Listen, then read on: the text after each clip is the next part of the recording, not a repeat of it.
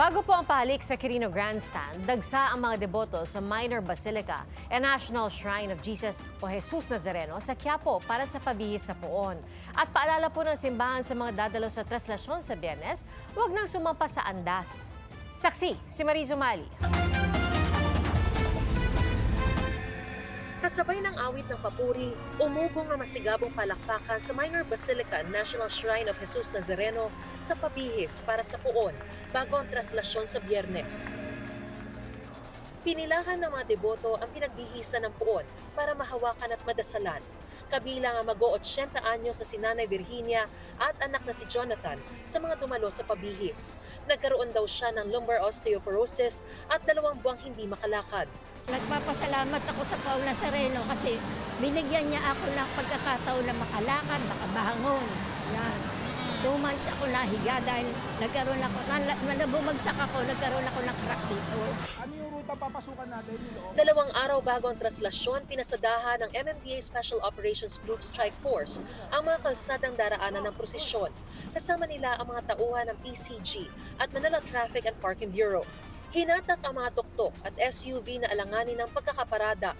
Sinita rin ang mga iligal na nakaparada sa Quezon Boulevard at Arlegui Street. Pag nasa publikong kalsada, sumunod tayo. Kasi unang-una, Sumusunod mga kami. hindi, ang unang-una, syempre naka-uniforme ng barangay. Kaya Alam nga natin, sinusot niya yung damit niya para mapansin siya. iba po ang usapan ng tumutulong kayo sa may nilalabag. Ang nilabag yung helmet. Nilinisan na rin kanina ang Plaza Miranda. Nag-ikot si Manila Mayor Isko Moreno sa Plaza Miranda at Villalobos para tiyaking walang vendors sa paligid.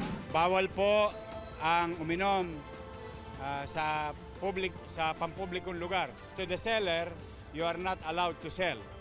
So, huwag na kayo nagkakalat na mga stick, no, na maaaring makasugat sa mga paa ng mga deboto dahil generally, great majority ng deboto naglalakad ng nakapaa.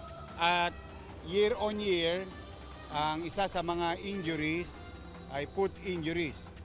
Paalala rin ng simbahan, sundin ang mga panuntunan. Yung devotion ng mga Nazareno sobrang lalim, sobrang taas. I just hope na yung lalim at lawak ng devotion na iyon ay talagang tatagos sa 4 na pader ng simbahan. Kahit 24 oras ka magprosesyon, magpagulong-gulong ka doon, hindi mo kayang tapatan ng 1 oras o 45 minutes na misa.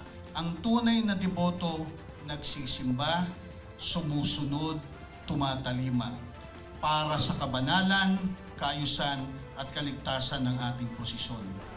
Para sa GMA Integrated News, ako si Mariz Umali ang inyong saksi. Mga kapuso, maging una sa saksi.